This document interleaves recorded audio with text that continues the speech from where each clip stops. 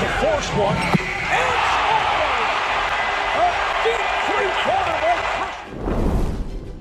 With the level of confidence most NBA players have, they often can't help but bring a little extra before, during, or after a big play.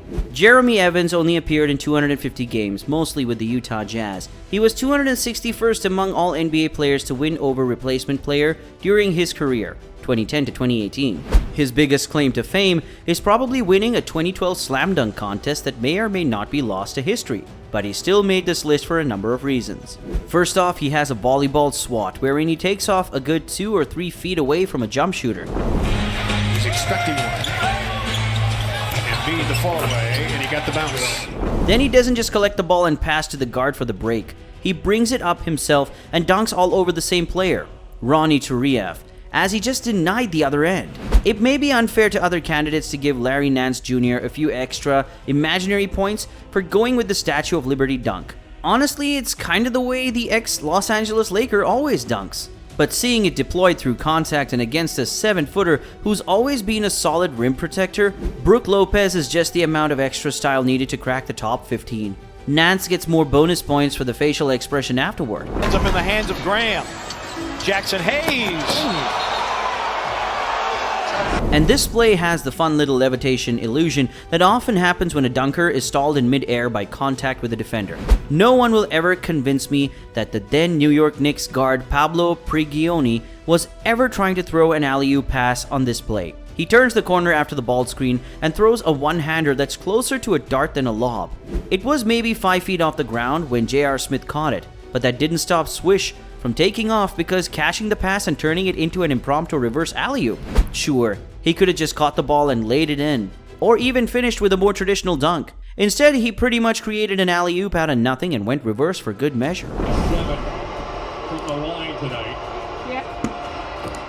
The windmill wasn't necessary, but even then, this one isn't terribly high on the disrespectful scale. No one was that close to Gerald Green on the finish, and windmills are almost, well, run of the mill for him.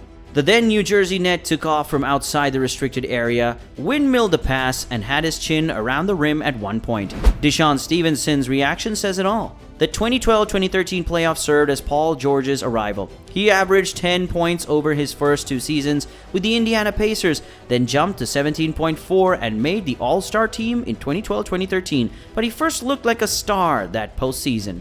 PG averaged 19.1 points. Goes around Maxey. LeVert's open for 3.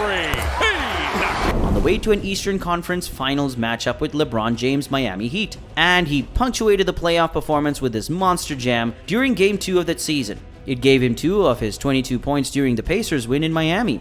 Of course, the Heat would go on to win that series and the championship, but that didn't derail the star trajectory George put himself on. In his final season with the Boston Celtics, 2012-13, Paul Pierce found himself matched up with a player who was, in some way, sort of a younger version of himself. Joe Johnson, then with the Brooklyn Nets, played the game at his own pace and used his solid 6'7", 240-pound frame to leverage good looks against more athletic defenders. But this play was against an elder statesman, and Johnson was just mean. Giannis tipped it, but to Vucevic. With the first few dribbles, Johnson put the ball well in front of his body, basically begging the past his prime Pierce to reach. The moment he did, JJ was gone, and the crossover was so low that Pierce literally couldn't get up right after the reach. Pierce almost looks like he's moving in slow motion, but those of us who play pickup ball well past our primes know that feeling all too well. Allow me to provide a sample of reactions from the Toronto Raptors broadcast crew to this ridiculous dunk from James Johnson. With an absolutely monstrous jam. Wow, that is ridiculous. You have got to be kidding me. That was the nastiest dunk of the season. That's one of the best power dunks I have seen live. They were in awe, as if each was attempting to find the words and couldn't, forcing each to try to describe what just happened over and over again. This wasn't just a baseline dunk over someone. Johnson goes airborne, then just outside the restricted area, is met in mid-air by then Pistons big man Andre Drummond, who is huge, 6'10", 279 pounds, cocks it back with one hand and just crushes the rim. Off Ja Morant's day right here. Ooh. Up, spin. Athleticism, flair on the dunk, and doing it on a notable big man makes this a worthy moment, of course. There were also a number of moments from the last decade we could have gone with for the legendary Kobe Bryant. This poster threw 2 Brooklyn Nets in 2012 and 13 before he tore his Achilles that season deserves the love.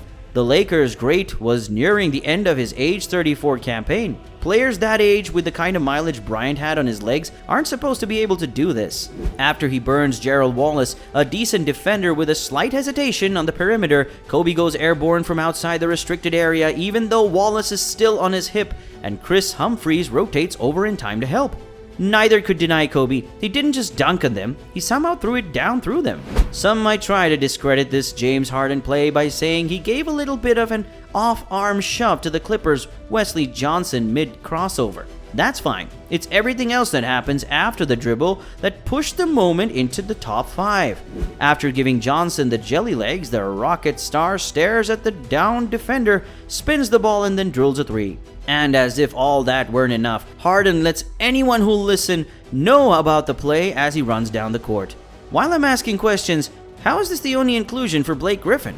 The former Clippers star had a similar dunk over Timofey Mozgov, although he didn't actually touch the rim on that one. He also had the absurd spin and slam over Danilo Gallinari in transition. But an arbitrary limit of 1 moment per player forced me to settle on this utter destruction of Kendrick Perkins and his attempt to contest perhaps the greatest in-game dunker of all time. Here's a fun game. Try to pause the video at the peak of Griffin's jump. No matter where you land, you'll likely start giggling to yourself over how ridiculous this play is. The Lob City Clippers were something else. During their time there, LA was plus 9.1 points per 100 possessions when DeAndre Jordan was on the floor with Griffin. But they aren't remembered for their points per 100 possessions as much plays like this. The all-out assaults on the rim often defiled comprehension. How does a human being the size 6'11", 265 pounds get that far off the floor? On top of the sheer athleticism displayed on this alley-oop, Jordan stepped over Brandon Knight after the dunk.